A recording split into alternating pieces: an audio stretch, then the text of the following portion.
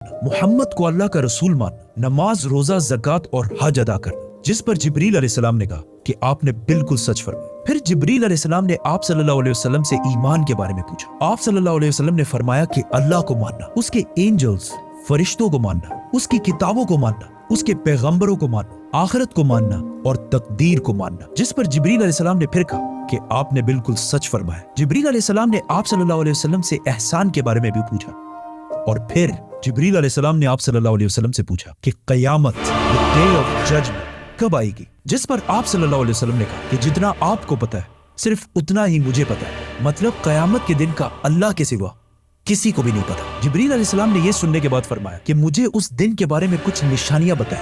अब तक इस डिस्कशन में जितनी भी बातें हुई उन सबको आप सल्लल्लाहु अलैहि वसल्लम पहले भी एक्सप्लेन कर चुके, क्योंकि ये वाकया आप सल्लल्लाहु अलैहि वसल्लम की वफात से कुछ ही अरसे पहले हुआ था, जब ऑलमोस्ट सारा कुरान नाजिल हो चुका था। लेकिन इसके बाद जो आप सल्लल्लाहु अलैहि वसल्लम ने क़यामत की निशानियां बताई वो इससे पहले किसी को भी पता नहीं थी। और इन निशानियों का ताल्लुक सहाबा से ज्यादा हमसे है, क्योंकि जो निशानियां आप सल्लल्लाहु अलैहि वसल्लम ने बताई वो सहाबा ने अपनी जिंदगी में पूरे होते नहीं देखी, बल्कि वो निशानियां आज हम देख रहे हैं। Which means जिब्रील अलैहिस्सलाम सिर्फ सहाबा को नहीं बल्कि आज के मुसलमानों को भी क़यामत की बहुत इंपॉर्टेंट निशानियां सिखाना चाहते थे। आप सल्लल्लाहु अलैहि वसल्लम ने जिब्रील अलैहिस्सलाम को जवाब दिया कि जब एक लौंडी अपने मालकन को जन्म देगी, जिसको बहुत सारे स्कॉलर्स समझते हैं कि जब औलाद अपने वालिदैन को गुलाम समझेगी, और जब ये नंगे पैर गरीब शेफर्ड्स, चरवाहे एक दूसरे से लंबी बिल्डिंग्स बनाने में कंपटीशन, मुकाबला करेंगे। जिब्रील अलैहिस्सलाम ने फिर कहा कि आपने बिल्कुल सच फरमाया और उठकर वहां से चले गए। आप सल्लल्लाहु अलैहि वसल्लम ने सहाबा को भेजा कि कोई जाकर इस आदमी को ढूंढे, लेकिन उस दिन के बाद ये आदमी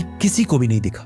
नाउ आप सल्लल्लाहु अलैहि वसल्लम ने नंगे पैर गरीब चरवाहों का जिक्र किया, जिन्हें उस जमाने में अरब बेडुइन्स, बद्दू कहा करते थे, जो अरब के बाकी कबीलों से हमेशा दूर रहते थे और कभी भी एक जगह पर नहीं रहते, बल्कि अपने जानवरों के साथ हमेशा ट्रेवल करते रहते थे। मतलब एक खानाबदोश नॉर्मैडिक जिंदगी गुजारते थे। ये इसलिए बहुत अजीब बात क्योंकि बद्दू पूरे अरब में सबसे गरीब कबीलों में से होते थे। सिर्फ उस जमाने में नहीं बल्कि इस हदीस के 1000 साल बाद भी ये बेडुइन्स अरब के सबसे लोअर क्लास होते थे। इसलिए सहाबा हैरान थे कि हमारी सोसाइटी के सबसे गरीब क्लास कैसे आपस में लंबी बिल्डिंग्स बनाने में मुकाबला करेंगे। आप सल्लल्लाहु अलैहि वसल्लम के बाद खिलाफत राशिदा हर तरफ फैलने के बाद दुनिया की सबसे बड़ी सुपर पावर बन गई। सिर्फ मुसलमानों में नहीं बल्कि ये उस वक्त तक इंसानों की तारीख की सबसे बड़ी एम्पायर थी, जो अलेक्जेंडर द ग्रेट और रोमन एम्पायर के जूलियस सीजर के एम्पायर से भी बहुत बड़ी थी। इसका फायदा उठाते हुए ये बेडुइन्स पूरे दुनिया में फैल गए, लेकिन फिर भी इनकी सबसे बड़ी पॉपुलेशन इसी अरब के इलाके में रही।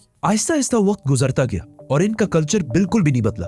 ये बेडुइन्स उसी तरह अपनी जिंदगी गुजारते रहे। आखिर 1000 साल बाद उस्मानिया खिलाफत के आखिरी जमाने में दुनिया पुराने तरीकों से एक नई इंडस्ट्रियल एज की तरफ बढ़ने लगी। तो आखिर उस्मानी खलीफा सुल्तान अब्दुल हमीद ने मुसलमानों को भी मॉडर्न दुनिया की तरफ लाने के लिए बहुत स्ट्रॉन्ग रिफॉर्म्स की और पूरी एम्पायर में बहुत सारे प्रोजेक्ट शुरू किए, जिसमें इस्तांबुल से मदीना तक एक ट्रेन भी बनाई गई। लेकिन इस ट्रेन के रास्ते में हमेशा एक बहुत बड़ी रुकावट थी, यही बेडुइन्स, क्योंकि इन्हीं बेडुइन्स ने इससे बहुत साल पहले 1757 में 20,000 हाजियों को शहीद भी किया था, जिसके बाद उस्मानिया सल्तनत इनके कल्चर को चेंज करने लगी और इन्हें खानाबदोश नॉर्मैडिक जिंदगी से एक परमानेंट इलाके में सेटल करने की कोशिश की। लेकिन बेडुइन कबीले उस्मानिया सल्तनत के इन रिफॉर्म से बिल्कुल भी खुश नहीं थे और आखिर सऊदी अरब के पहले बादशाह इब्ने सऊद ने बेडुइन्स को यूनाइट करके ऑटोमन एम्पायर के खिलाफ एक फौज बनाई और फिर ब्रिटिश की मदद से इस पूरे इलाके को फतह कर लिया, जिसे आज हम सऊदी अरेबिया कहते हैं। और कुछ सालों बाद इन इलाकों से ऑयल, तेल डिस्कवर होने के बाद यही बेडुइन्स, जिनकी इससे पहले कोई औकात नहीं थी, अब दुनिया के सबसे रिच लोगों में से बने और इनमें से बहुत सारे मिलियनियर्स और बिलियनियर्स भी सामने आए। लेकिन तेल डिस्कवर होने के बाद इन सारों को पता चला कि ये ऑयल हमेशा के लिए नहीं रहने वाली, बल्कि एक दिन बहुत जल्द खत्म होने वाली है, जिसके साथ इनकी सारी लग्जरीज भी खत्म हो जाएगी। तो सबसे पहले दुबई के बादशाह शेख मोहम्मद बिन राशिद, जो एक बेडुइन बद्दू कबीले से हैं, जिन्होंने एक बार खलीज टाइम के इंटरव्यू में खुद ये कहा है कि उन्हें बेडुइन कबीले से होने पर फख्र है। उन्होंने दुबई को ऑयल से निकालकर टूरिज्म और बिजनेस की तरफ लाया और बहुत तेजी से कुछ ही सालों में दुबई दुनिया की बेस्ट सिटीज में से बन गई। और फिर कुछ सालों बाद दुनिया की सबसे लंबी बिल्डिंग बुर्जुल खलीफा भी दुबई में बनाई गई। ये अब तक इंसानों की बनाई हुई सबसे बड़ी बिल्डिंग थी। इससे पहले एक जमाने में, आज से 4500 साल पहले, इजिप्ट में फिरौनों के बनाए हुए pyramids, specifically the pyramid of Giza, इंसानों की बनाई हुई सबसे बड़ी बिल्डिंग और दुनिया की सबसे बड़ी बिल्डिंग होने का ये टाइटल इस पिरामिड के पास 3800 साल तक रहा। मतलब फिरौन के बाद 3800 साल तक कोई भी फिरौन से लंबी बिल्डिंग नहीं बना सका। लेकिन 3800 साल बाद यूरोप के एक चर्च ने पिरामिड्स का ये रिकॉर्ड तोड़ दिया, जिसके बाद पेरिस के आईफिल टावर और 9/11 में तबाह होने वाले वर्ल्ड ट्रेड सेंटर भी दुनिया की सबसे बड़ी बिल्डिंग्स रह चुकी हैं। इसके बारे में फिर हम बात करेंगे, तो सब्सक्राइब। दुबई के